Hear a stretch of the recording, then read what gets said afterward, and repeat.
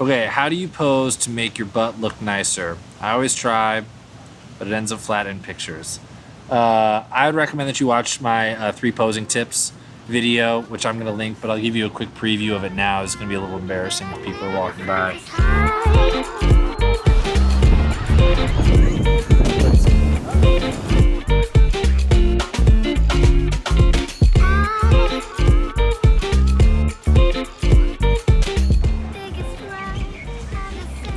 This place is just so ridiculous. Okay, so let's do another Q&A. Instead of being in Mexico, I'm in Hawaii this time. I feel like every Q&A I do, I have to do somewhere like exotic.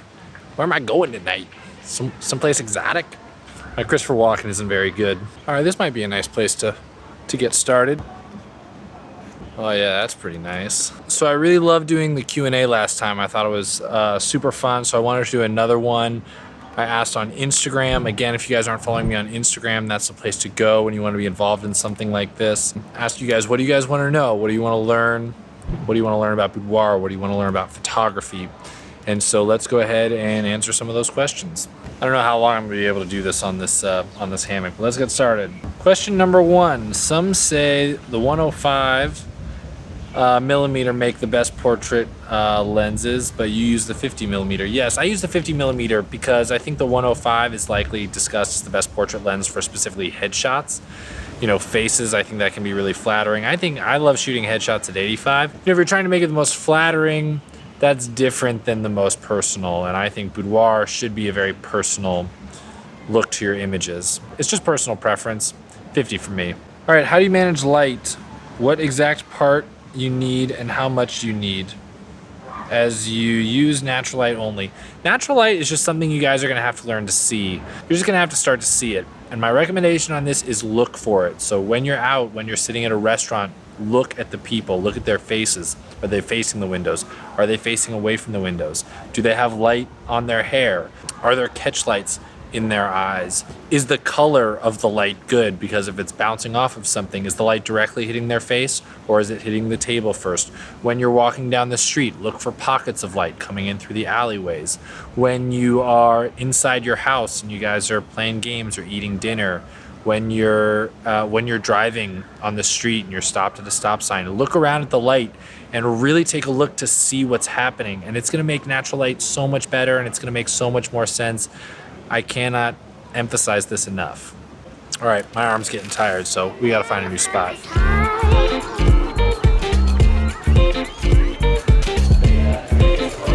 Oh yeah, this whole place is so pretty.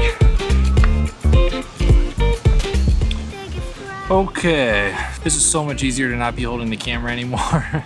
How do you keep the photo shoot intimate with a client without it getting sexual? So this is a good question because I think you see the pictures and you just assume, oh my God, what did he say? What did he tell that woman to make her walk that way, to give him that look? It must have been something sexual. And the truth is that it's not. Actually, to get them comfortable, I spent a lot of time just laughing. Because it is, you know, to build trust and to get them comfortable takes a lot. So there's a lot of laughing involved. If you guys want to see more of like me working with an actual client, I recommend downloading just the first 5 minutes of my Boudoir Accelerator course. You can just see me. That's an actual client that I'm working with. So you can see that it's, you know, the poses that I'm putting them in, the way that I'm directing is very to the point. It's not necessarily playful. It's fun, but it's not flirty. And the compliments you give, I recommend giving non-sexual compliments. So don't say your butt looks amazing. Say the light looks really good on you. Don't say you look really sexy in that outfit. Say that color is perfect for your skin tone. Change up the terminology you may normally use. You know, you can still give compliments, just don't make them sexual compliments. Pricing packages. Is there such a thing as too many options? Basically, my tips on pricing packages are to have 3 to 4. Again, this is a good question. This is something that I share my full pricing guide in my Boudoir Accelerator course, but I'll give you the basics of it here. I recommend that you have 3 to 4 collections. Basically the way Apple works, if you go buy an Apple computer the way they used to, is they had three different options. You had the base model, the intermediate, and the high end. Very few people bought the high end and very few people bought the lowest end. Most people bought the middle. So whichever package you want to sell the most, make that your middle package. Make it at a price that you're comfortable with. I recommend that you don't price anything so low that if somebody shows up and buys the lowest, you're going to be disappointed or you're going to be losing money. I recommend that you make it, this is the minimum amount I'm willing to show up for. Your middle package is the one that you hope they buy the most of. And then your high end is for the people who are, really have the money to spend, and you give them a great experience. And so they go ahead and get that. If you find you're booking too many of the top package, you're like, oh my God, this is amazing. I'm booking so many of my top packages. That means you need to raise your prices. It means whatever your top package is priced at, you need to price that as your middle package and then raise it up. So if your middle package is $1,000 and your top one is $1,500, then you need to make your middle one $1,500 and your top one $2,000. How do you write good copy for your website? I'm trying to redesign my site and struggling. That is a really good question. I recommend that you write a whole lot of things down. You got two options. One is you can hire a copywriter, which is really expensive, but it can be so worth it. The second thing is to really dig deep. I mean, that's the only thing I can say is, like, when you're talking with your clients about Boudoir, when somebody asks you, when a friend says, so Boudoir, like, what is that really all about? And you talk to them about it and they say, wait a second, I've heard it's more about this. And you can correct them. When you're correcting them, when you're talking about it, think about the words that you're saying, write them down, take notes. Because those are the things that are going to come from the heart, and those are the things that are going to translate the best when you're trying to come up with things to write down for your website. Do you ever use flash or reflective screen or reflector? I have in the past. Here's my history with flash is I used to only shoot strobes. I used to only shoot strobes for about 2 years. I got into the strobist movement, and I had 2 and 3 flashes, and I did gels, and I had soft boxes, and I shot through umbrellas, and I shot reception lighting with strobes and everything. Outdoor portraits, I would take my light. I was the biggest fan. And then I realized that there were going to be times when I wasn't going to have the luxury of controlling my light all of the time. So I set up a couple of photo shoots where I didn't have an assistant, I didn't have any lights, I didn't have any reflectors. And what I challenged myself to do was look for the natural light, find it in whatever situation, wherever I was, to go find some good natural light. And after I got used to that, I realized I didn't need lights as much as I used to. And now with Boudoir, I strictly shoot without them because I think it's a better experience for the client. Okay, how do you pose to make your butt look nicer? I always try, but it ends up flat in pictures. I would recommend that you watch my 3 posing tips video, which I'm going to link, but I'll give you a quick preview of it now. It's going to be a little embarrassing if people are walking by. The first thing you do is you arch your back from your lower back, and then you can either bend this leg or you push it towards you. So for standing poses, bending the leg is going to create more of a curve, which can be really flattering. It puts that S shape.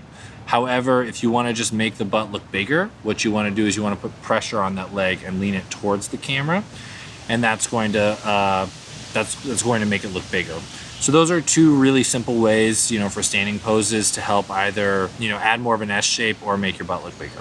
How did I afford a studio? So you just have to shoot more. So for me, if you break it down, to rent a hotel room for a night is $200. If I shoot 4 clients a month, that's $800. So instead of having only those specific times to shoot, it may be worth finding a place to rent for $800 for the month, splitting it with another photographer, and then just knowing you can go in and shoot pretty much whenever you want, whenever the other photographer's not booked. You just build it into your pricing. Let's see. YouTube. What's your YouTube channel? It's just a. Should I have given them my wrong name? Don't really know how to. I'm not around kids that much. How would you create a contract for a boudoir shoot? So I wouldn't. I'm not a lawyer. I bought my contract, and I would recommend that you guys check it out at the Do More Photography store. They've got a bunch of really great material, and their contract is rock solid, and it's going to protect you guys in all kinds of situations, and that's what I would recommend. I'd just go buy it. It's under $100, and you won't have to think about it, and just go do it. Let's see. Watch your video on lenses. Any recommendations for entry-level cameras under $1,000? So I buy a lot of stuff used. I'd recommend buying a used camera. Just go get out a like a Canon 6D or a used, I don't know, a 5D2, or you could probably pick up a 7D used. You know, I really like Canon. You could probably get a D750 for $1,000 used. So I would start there, and then Sony just came out with their A6400 that looks pretty sweet. So that might be a good place to start too. Fuji makes great cameras. I don't know how much they are though. I don't know if that helps or just like confuses you guys with options. You guys sent me a lot of questions last time. This is great. Is it possible to have a successful boudoir business with no prior photography experience? I think so. It's going to vary from person to person, from where you are, from how much experience. Here's the truth, is that boudoir photography is very delicate and you want to be good at it to give your clients good pictures, but boudoir photography at its core is really about the experience. It's how they feel when they leave your studio. You can photograph them and not show them a single picture, and at the end of it, they can just feel amazing that I can't believe I did that. I thought I would never be able to do that. And here I am, I'm walking around in lingerie like it's my job, and I've never felt more confident and empowered, and thank you so much for that experience. You can do that by being a personable person. You can do that by lifting them up. You can do that while taking terrible pictures. Now, you still want to have nice pictures when you show it to them, but what's really going to make a difference with your boudoir photography is the experience. And so I believe absolutely you can, and your photography will get better as you go. How much do you edit a picture? So I'm going to put up like a straight out of camera image and a final edited image, and you can see how much editing there is that takes place, and it's not a crazy amount. It's really not that much. It's basically a preset, some exposure adjustments, and then a super soft skin smoothing action in Photoshop. If you guys want to check out that video, it's my editing video. I'll link that below as well. How do you become an award-winning photographer? Are there any sites that you submit your images to, or will you have to wait to be discovered? So award-winning is so generic and general. You can be an award-winning photographer for whatever. I mean, really, if you and 3 friends want to put together a contest and submit and have other friends vote on it, you win. You've won whatever award. If you want something more legitimate, Association of International Boudoir Photographers has weekly contests.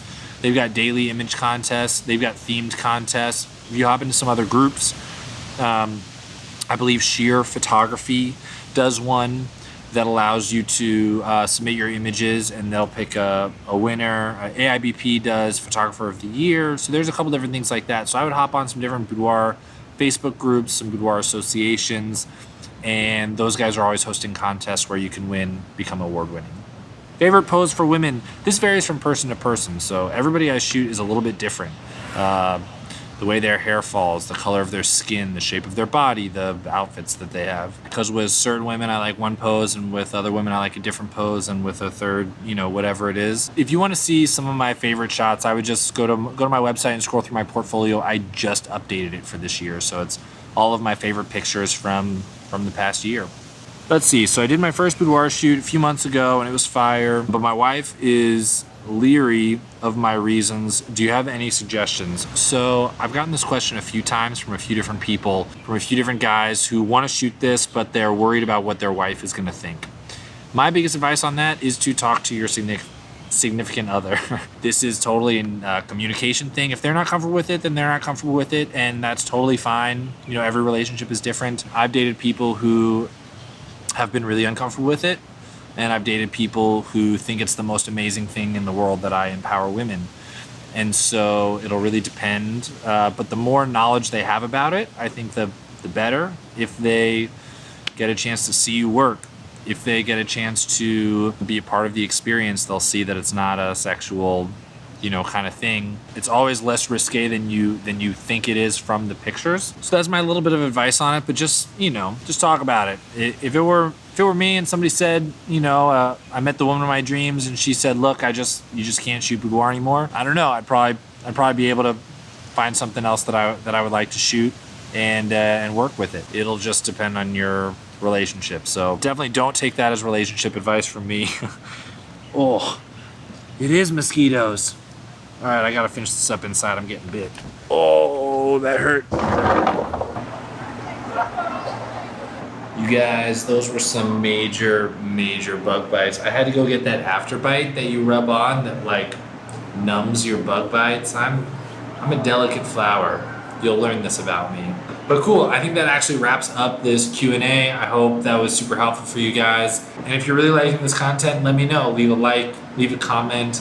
If I answered your question, or if I didn't answer your question, you guys want to ask me more for next time, definitely hop on my Instagram page so that you can follow along and ask those questions when I post something like this. And before I end this video, I will leave you with a couple of, just cool shots from around Hawaii.